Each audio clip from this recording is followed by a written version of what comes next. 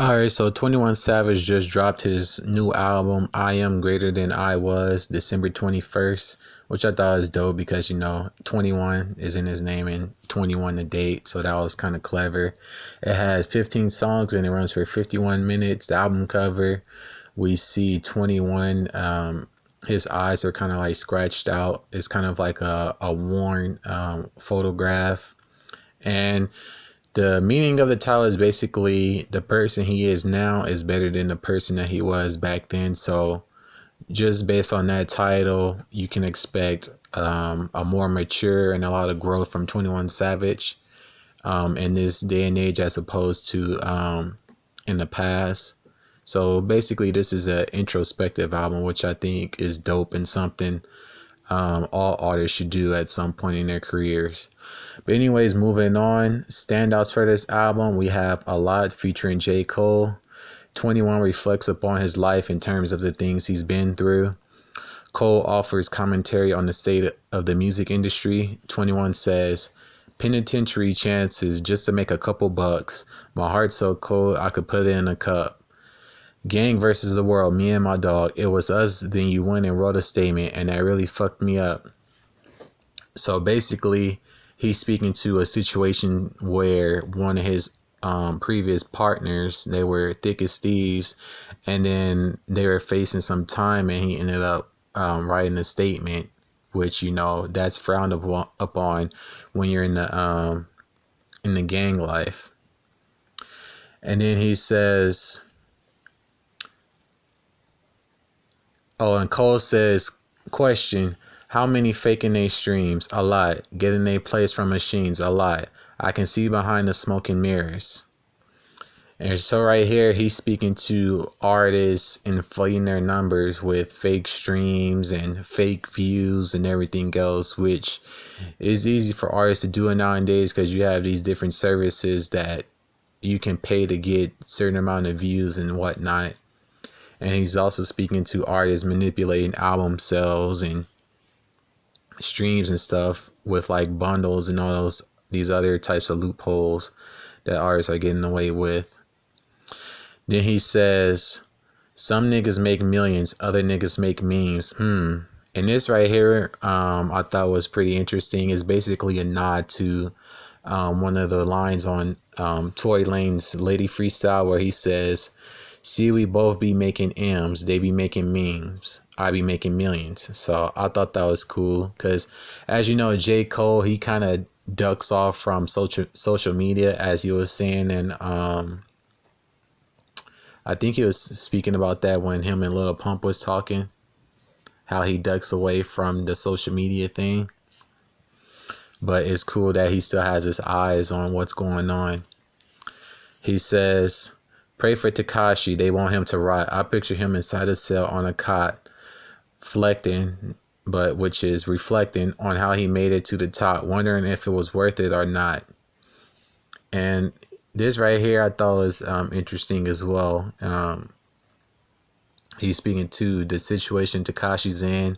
He came in the game basically doing what he wanted, how he wanted, with little to no regard, and now he's speaking from a perspective of how Tekashi's probably feeling right now, in a sense that everything that he's done, is it worth it now, because he's in a situation that no one will want to see themselves in. And then he says, I pray for Markel because they fucked up his shot. Just want you to know that you got it, my nigga, though. I never met you. I know that you special and that the Lord blessed you. Don't doubt it. So right here, he's talking about Markel Fultz. They fucked up his shot. Basically, he's speaking to Markel's career as well as his shot, as in his basketball shot. And now he has this injury to where he has to have surgery in order to correct it, which is affecting the way he plays basketball. So I thought that was a cool double entendre. And then he says, my nigga Dennis Smith Jr., stay solid. They're both from the same city. My nigga, I'm on a tangent. Not how I planned it. Basically, the path that he's on in his career is not how he originally planned it. Because if you remember from when J. Cole first burst onto the scene, his content was very different than how it is now. It had some fans that hopped and abandoned ship when they thought that Jay wasn't going to pan out. I got a plan. They say that success is the greatest revenge. Tell all your friends Cole on a mission, cementing the spot as the greatest who did it before it all ends, nigga.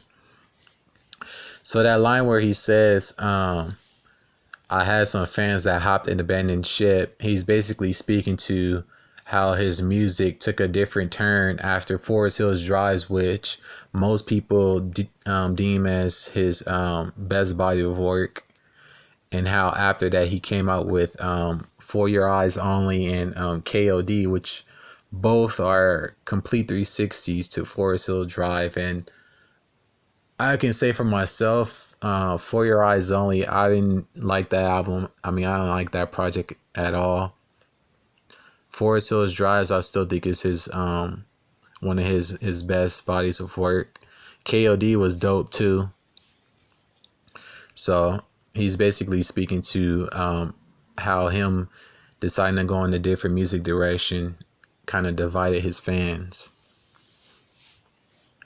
So this first track I thought was pretty cool to open up the album. But anyways, we have Out for the Night. On his record, 21 raps about a woman he cares for and how her relationship with him is night and day from the relationship she had with her ex. We have Gunsmoke. 21 raps about his love for the smell of gun smoke. We have 1.5 featuring Offset. The record is about flexing wealth and getting with women. We have All My Friends featuring Post Malone. The record is about friends switching up once the money and fame became prevalent. And I'm thinking that this might be a single off the album because there's no singles really listed. And this is kind of like Rockstar 2.0. And then we have Can't Leave Without It featuring Gunna and Little Baby. 21 says, I'm 4L gang. If you reach for my chain, then a nigga gonna die in this bitch. On God. A, B, C, D, E, F, G. Wagon. Y'all niggas doing that big capping. 21. I ain't with the friendly shit. Closest thing you'll get to a handshake is the beat clapping. 21. Your mama gonna have to make a GoFundMe. Y'all niggas keep doing that sneak jabbing. Straight up. Gucci had to kill the whole woods just to make Young Savage this motherfucking mink jacket. And I thought those bars are kind of clever. Especially at the end where he says where he's rapping the ABCs and then he says G-Wagon. But anyways, moving on, we have Ball Without You. 21 reflects on past relationships and how now he values loyalty over love. He says, I'd rather have loyalty than love because love really don't mean jack. Straight up. See, love is just a feeling. You can love somebody and still stab them in the back, which is true.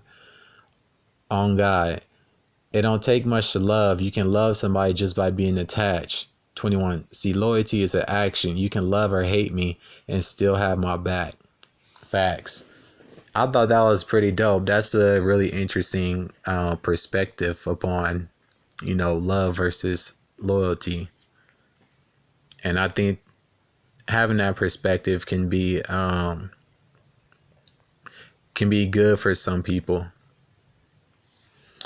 And then we have Good Day featuring Schoolboy Q and Project Pat. It's been a minute since I heard Schoolboy. It's a grimy version of Ice Cube's Good Day, which discusses a murderous lifestyle. We have Monster featuring Childish Gambino. It's a record about how money and fame can change people in a negative way. We have Letter to My Mama. 21 pays tribute to his mom with a song thanking her for all she has done for him. And we have 4L featuring Young Nudy. It's a record with an old Western feel that discusses the tendencies of the 4L gang. I think 21 was inspired probably from playing Red Dead Redemption when he thought of using this beat. Sleepers, we have Break the Law, A&T, which is Ass and Titties featuring Young Miami. We have ASMR and we have Padlock. My personal favorites are A Lot featuring J. Cole, Gunsmoke, All My Friends, Can't Leave Without It, Good Day, Padlock, Letter to My Mama, and 4L. My overall conclusion, the album was very introspective, and I thought this was his best project by far. You get a bit of everything. You get the introspective side of 21. You get the street version of 21. You get sort of him speaking up on relationships with women. So overall, I thought this was a great body of work, and I gave it a perfect score of 15 out of 15. So overall, a dope effort put forth by him. But anyways, guys, if you're a fan of 21 Savage, be sure to pick up this album. If you enjoyed my review, be sure to give this video a thumbs up, subscribe to my channel, and I'll catch you in the next one. Peace.